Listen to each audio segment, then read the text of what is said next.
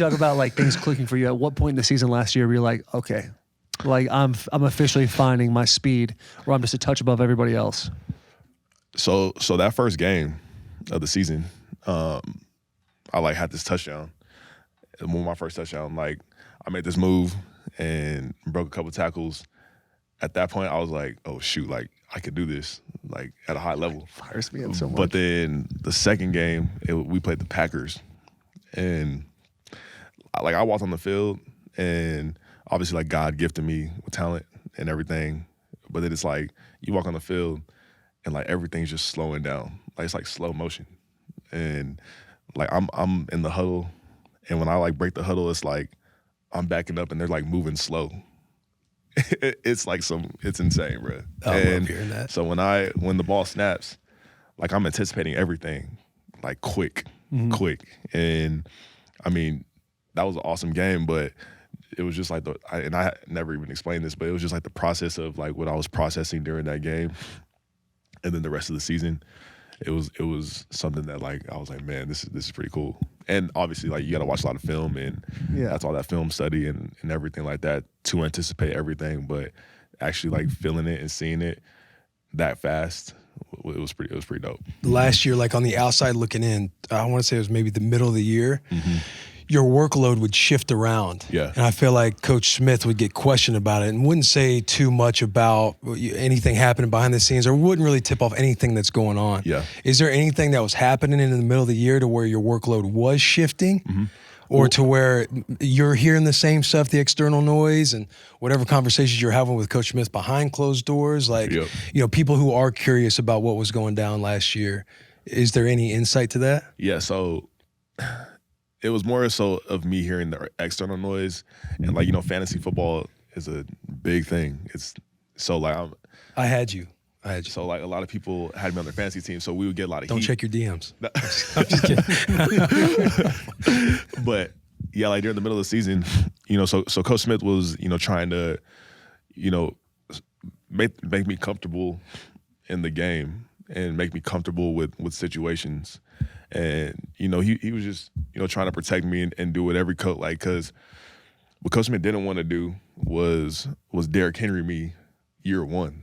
Like 28 carries, 25 carries, like you're taking all this workload year one, because he was trying to like gradually get me ready to eventually do all that type of stuff. But probably from all over the field. You're right. And like at the beginning of the season, like those first 5 games, like I was rolling. And then like in that middle of the season, it was more so, okay, let's get him back to like gradually kind of, you know, getting them right.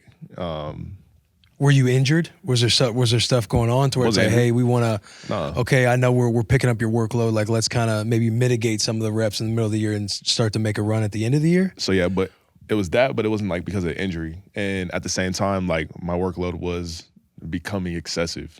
And, you know, I was running go routes. I was motioning. I was doing all types of stuff, running the football, blocking, in on third down. And you know, for me, like we have Tyler Algier. He's the other running back. He's super good. And, you know, we played off of each other really well, and which obviously helped both of us a lot. But, you know, it was more so like doing all those extra things to be the decoy for the defense, you know, because if I go in motion, then that would – everybody's antennas up. Yeah, then it would shift on the defense, and it could open somebody else up. So, like, that was where his thinking was. And, yeah, you know, my workload wasn't a lot. Like, it would decrease on terms of, like, getting carries and stuff. But he was just trying to, you know, gradually get me right in different situations, because obviously, like, towards the end of the season, then it started picking up again. But it was just at, like, middle point of the season. That's where his mind was at. Now, are you guys talking through this while it's all going down as well? Yeah, like we were always on the same page. Yeah, we were always on the same page. Obviously, everybody else didn't agree with it, but we always knew, you know, what the plan was. And he told me what the plan was before the season even started, and I was perfectly okay with it. But and everybody was. But I mean, as you start getting questions from the media, and as you start going on social media, top 10, like there it is. Yeah, there it is. And then you have fantasy, you know, players, you know, on social media, like what's going on, what's happening, like. So it all tied in, but we were always like on the same page. And then towards the end of the season, that's when everything started to pick back up. Yeah. When you when this is all going down and like you're getting this heavy workload, and then towards the middle lull, Yeah. everyone's starting to ask questions. At any point, did you want to be like, hey, this is part of the plan? Did you ever want to speak up for that situation, or you just kind of had to sit back and let the noise be noise? I just kind of sat back and let the noise be noise. Mm-hmm. And, I would get media questions from the media, and I would just kind of tell them, like you just said, like, this is all part of the process. This is all in God's plan, like, which it was, like, and just for me, just understanding mentally and physically where I was at. But then, when things did start, picking up, then we saw the vision of it. But that middle, like 3-4 weeks, it was like, everybody what's was going curious. on? Yeah. Like what's happening? But we knew the whole time, like where we were going with it. What kind of jump do you see yourself making going into year 2? Like, what are your goals and aspirations for Bijan Robinson? Yeah, I mean, obviously, bro, like to elevate as a teammate. So I want to lead by example in a way that everybody will be on the same page, of what I'm doing.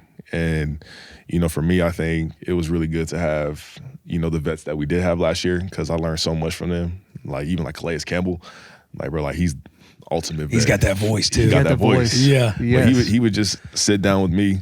Like he sat down with me at the end of the season, and he was like, "Yo, B, like you can really be the best running back in the NFL for a long time, bro." And he was saying, "But you shouldn't go in every day saying that. Like you obviously you're very humble, but you should just do it by your work and just show everybody." Because for me, like I'm big with finishing. So like after a run, I'll finish all the way to the end zone.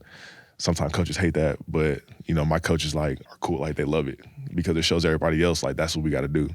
And for me, I think just me doing that type of stuff in practice, and even just asking questions to other players on what their goals are and where they want to see each other. Because obviously, I think as a team, we want to win the Super Bowl. Like, but that's what everybody says. Like everybody's like, we want to win the Super Bowl, we want the Super Bowl. But it's like, what are you going to do, as a team, when nobody's watching? And, I think team dinners, like stuff like that, are always a big thing because you build so much chemistry. And that's why I appreciate like even Kirk, because we be out there, grinding every single day on offense, like trying to just build the most chemistry, because obviously when we're on the field, then that's what we're trying to do, is be great. And then for me, like, yeah, obviously I have these goals that I set for myself, and I set astronomical goals. Like I think I even said in an interview that I want to get 2,000 yards, but like it wasn't me saying that. It was just the goal I have to set for myself, because obviously like we have Tyler Algier, like we have that 1-2 punch, and I just want us to just kill the you're not charts. saying it to diminish anything else. Right, you're right. saying like, yeah, I'm trying to get 2K. Facts. So You like can take that and run with that quite a bit. Yeah.